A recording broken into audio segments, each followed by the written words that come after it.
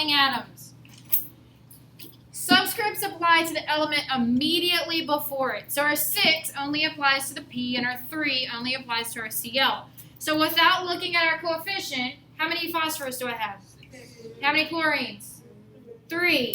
All right? But then when I include my coefficient, yes, it's distributing to everything. All right. So 3 times 6 is 18. 3 times 3 is 9. This is very important. Very important. All right? So it seems easy, but if you don't get it, you're going to struggle.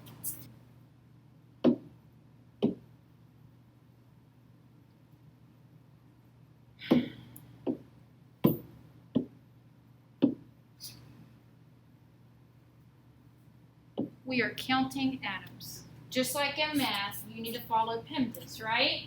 Here, we need to work our way around. We can't figure out what the coefficient multiplies until we figure out what everything else has before we even get to the coefficient. All right? So, if I'm looking at this and I'm not looking at my coefficient, that's why it's blacked out right now. I'll write it out. How many berylliums do I have? 1. How many nitrogens do I have? I looked just in my parentheses, I have 1, but this 2 goes to everything. So how many nitrogens? 2. All right? And then I have how many oxygens? 6. All right? Now, I have a coefficient of 3. So that 3 now goes to the beryllium. So how many do I have? 3. 1 times 3 is 3. It goes to my nitrogen, which was 2. So 3 times 2 is 6.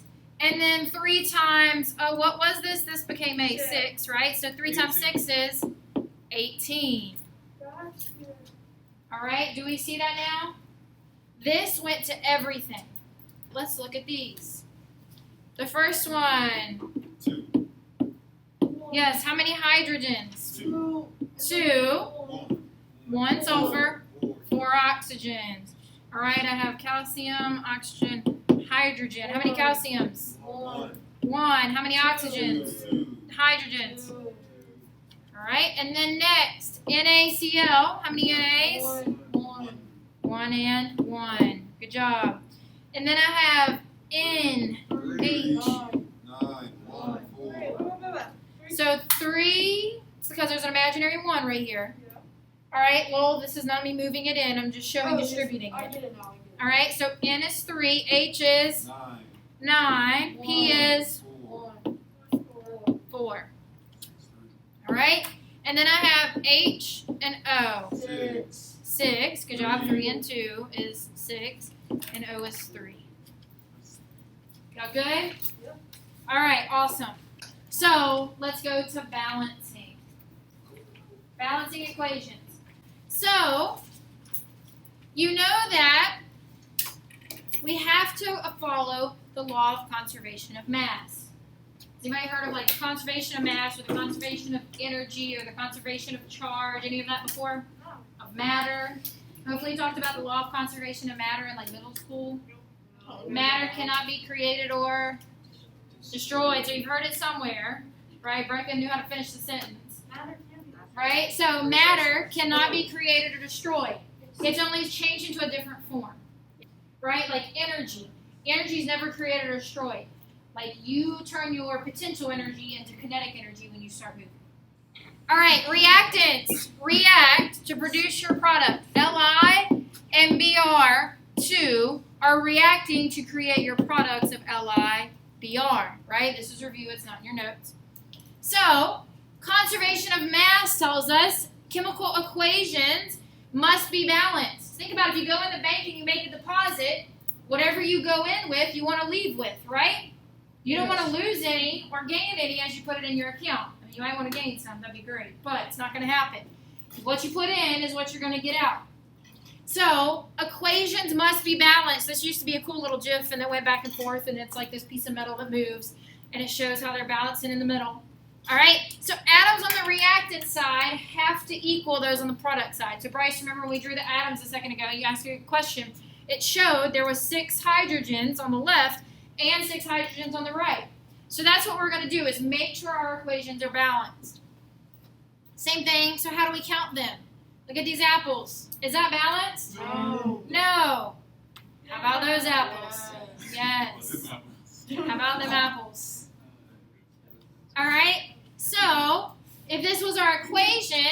2 bromines, 2 lithiums, and we would end with the same amount. Because if I ended with more than what I started with, it's like, wait, where did that come from, right? I can't just poof and create something. So, we got to make sure we balance them. All right? So, balancing equations. We need to compare the number of atoms on each side. Compare on each side.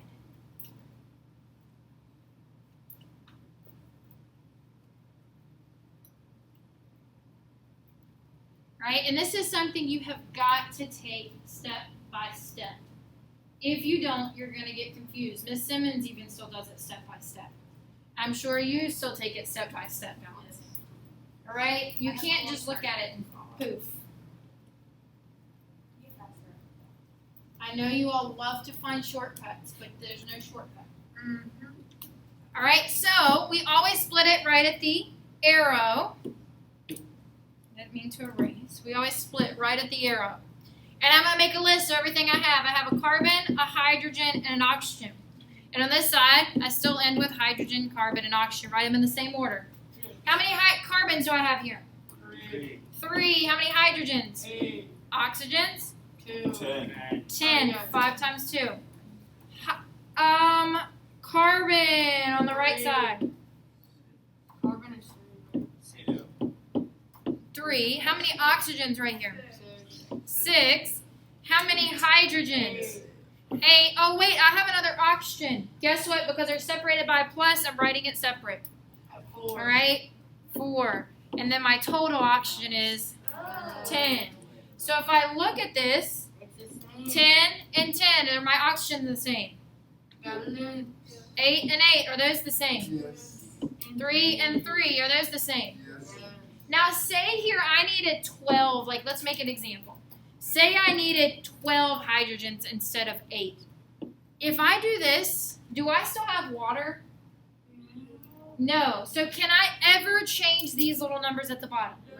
No, you swapped and dropped to find those. You don't want to change them now. You didn't do all that work for nothing, right? The only number we can change is our coefficients. So, step 1, we're going to tally it up, just like what I did. And then change your coefficients. Never, ever, ever, ever the subscripts. Are we ever gonna, isn't it me jumping in? It's just a question. Okay. Are we gonna have to learn from the number of each and then putting it in? No. We go back that way.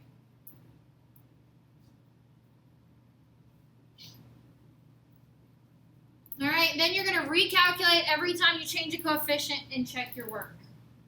See some of you still writing. I'll give you a few more seconds. All right. So, balancing. How many nitrogens do I have? 2. How many hydrogens do I have? Good job. Go to the right side. Split it out the arrow. How many nitrogens? 1. How many hydrogens?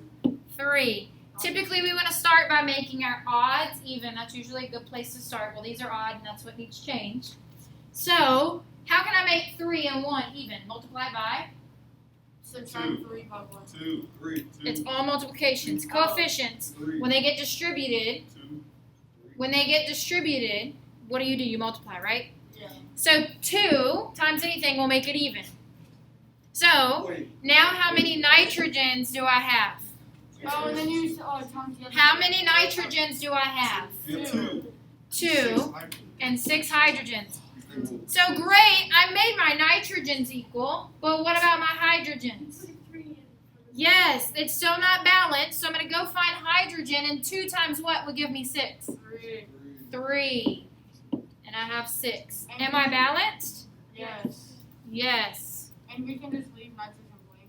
Yes, which would be like, you don't have to type anything there. We had to do it. In the moms, I believe you have to type a 1. Why So- did you multiply it by 2? Because you have 2 nitrogens, you needed 2 on this side. Anytime you multiply something by 2, it'll make an odd number even.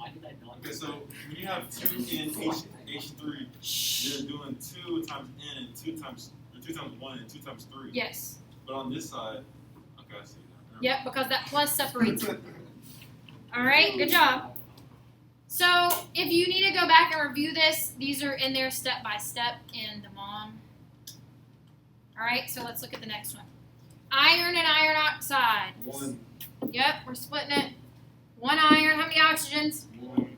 How many irons? How many oxygens? 2. Everybody, did I go too fast on counting? All right.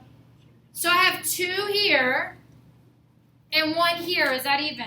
Multiply by 2 on that side. Good job. Multiply this by 2. And I need to mark out, guys, mark out everything that it's going to affect. It's going to affect iron and it's going to affect oxygen. If you don't, you're going to forget to change something. You're like, oh, I changed what I needed, and you're going to forget. How many irons do I have now? How many oxygens? All right, so now I've made my oxygens good, but I messed up my irons. What do I go over here and do? Put a 2. And are we good now? Yes. Why just start on the other side? Wait, but you only. It doesn't matter what side you start on. So you don't have. It's like a puzzle. You just got to balance it out. Keep adding to the scale until it balances. Hold on. Shh, what's your question? So you can put 2 in front of Fe, but only multiply 1. Because look, what do you see? Plus sign. So these are separate entities. Oh, okay. Once you have a plus, the coefficient can't skip the plus. It has So to if you stick needed it. to change the O, you would also put 2 in front of it. Yeah, but do we need to change it? Mm-hmm. All right. So there walks through it for you if you need to go into Canvas. Yes, ma'am. Here, nitrogens. 1. 1, oxygen. 1. Then this oxygen. Why did I write them separate? What do we see in between? Plus. Plus. So when I put a coefficient in front of this one, does it affect that one? No. That's why we want to write them separate. Together, I have how many? 3. Because all about the total. Am I in your way? And then NO, you would multiply by. Hold on. Do not skip ahead. I didn't. How many nitrogens? 1, 2. And 2 oxygens. Yes. All right. So start by making our odds even. That's a quick place to start. All right. So 1, I can make it what? 2. 2. So what do I need to do? I need to put a 2 in front, and that changes nitrogen and oxygen. So I have 2 nitrogens now and 2 oxygens, which gives me a new total of. You see why we wrote them separately? It wasn't 3 times 2. It was only 1 times 2. It's our adding change. So when you do oxygen, get out the 1, make it 2, you add the oxygens together, so 2 plus 2, and you get 4. Yes, that's how I got the 4. That's why I marked out the 4, because now when I add these 2 together, I've got 4 total oxygens. All right, Derek? So, Derek, how do I get from 2 to 4? Multiply by 2. Multiply by 2. So, to 2 up here, it changes both. I've got 2 nitrogens now and 4 oxygens. If I look at my totals, oxygen has 4, nitrogen has 2. Is everything balanced now? Yes. Yes. Did you add up the 2 on the Huh? one side? The 2 oxygen on the one Yes, side 2 plus 2. can add up to 4. Yep. Do your little caret sign. Show your 4. Questions on that?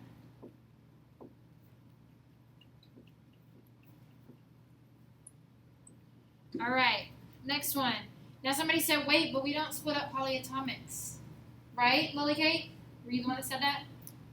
Don't split up polyatomics. Yes. If they appear on both sides. So if you see a polyatomic on both sides, put a box on it. Here's a polyatomic. Here's a polyatomic. Since it appears on both sides, I don't want to split it up. They were married. They didn't want to separate. They got to stick together.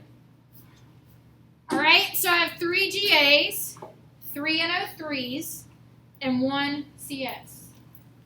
All right, and then over here, I have 1. Notice I wrote it in the same order so you can directly look across.